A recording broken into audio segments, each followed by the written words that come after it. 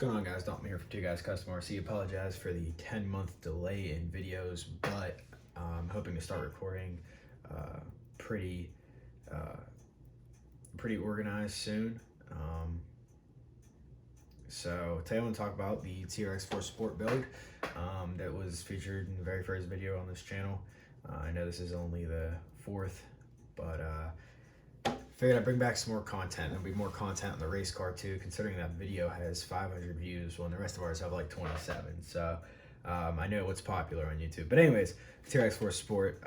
As far as the exterior, it looks pretty much the same as it did last year. I think in the last video it didn't have the red caps, but the light bar is the main thing. And you guys can see that this is a TRX4 controller, and I will explain a bit with that. I've got another receiver sitting over there, so I'm going to be talking about that one as well. So get the body off, and that's pretty much where the entirety of the modifications have came in. If you guys also know your way around crawlers too, you notice that this is a TRX4 box on here. So here's the connector for the light bar. We have the Charisma 35 turn motor in there for it, and we also have a Savox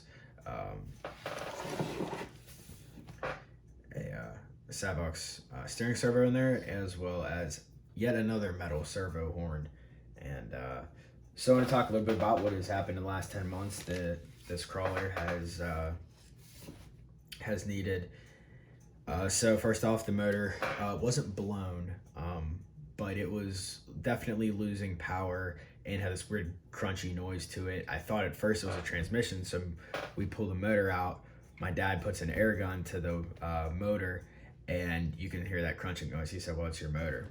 So went out and got this Charisma 35 turn motor. It has been running really well with this motor. I would highly recommend to anybody who is looking to upgrade a motor. It's about a $35 option at my local hobby shop. So this was definitely a good buy. And then the Savox was about 45. It's not a high-end servo, but is what it is. And then I also have yet another 25 turn servo horn on there because they blow out. I'm not gonna lie, I usually beat the crap out of this truck every time I take it out. So the fact that these things kind of break is not of a surprise to me.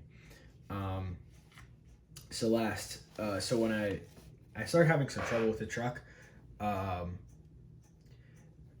with the truck's stock ESC, I believe something was wrong with it. I ended up replacing that and getting a Tactic TTX 300.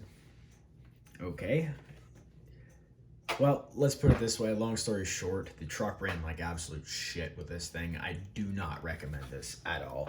So what I have here is a retrofitted TRX4 receiver controller, and it has been running beautifully ever since. So that would be the reasoning for the TRX for stuff that is on this truck. And honestly, like I said, it's been running really good ever since I swapped that out. But I would also like to note I am the second person to have a problem with Tactic that I know of. So I think from now on, I'm definitely going to be staying away from this brand. My buddy's SCX-102 Trail Honcho came with that, and it shit the bed pretty quickly. So I think I'm going to be sticking with, like I said, the TRX4 stuff. What had actually happened is my radio got destroyed rather.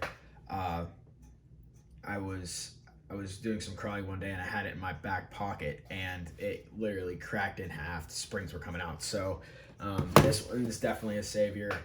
Like I said, I like it. I mean, for all you guys who are big Traxxas guys, I mean, you've probably ran a few of these, and definitely from that Tactic, man, that was an upgrade, because there was nothing wrong with the original radio until it broke. So, but definitely to have a good source of power. And also, I would like to say the troubles that I were having with this thing are unreal. So first off, these buttons are extremely sensitive. These buttons on this controller are extremely sensitive. If you bump these even the slightest amount, your truck is going to go wonky. And most likely you're going to reach down, grab the wrong knob, and completely screw your truck up even more. What was happening with this is, so it would go in reverse, I would stop, and all of a sudden, I'd feel like I'm fighting it. And as soon as I try to get back off the throttle again, the truck would roll backwards. It would go completely in reverse, and it would go in reverse full speed until I shut it off. So I'm honestly curious if anybody else has had problems with this, with tactic problems like I have and my buddy has had. I'm honestly very curious to see that because, like I said, I think from here on out I'll be staying away from Tactic as a brand. But yeah, it definitely would have saved me some trouble if I would have just retrofitted this earlier, instead of getting this piece of garbage that I spent $65 on. I don't think there'd be much of an issue. The only thing I still want to do to the truck, and that I might eventually get around to, is replace the shocks on it. I think that's probably the weak link with this truck, is the shocks, and I think that by replacing these I could probably get a little bit better performance out of it. And then I'm going to be done with the build, because I have another build that I'm going to be starting here either this week or next week, that is going to be something that I've wanted to do for a little while now, so stay tuned. All right, guys, been Dom from Two Guys Custom RC, and until the next one, I'll see you later.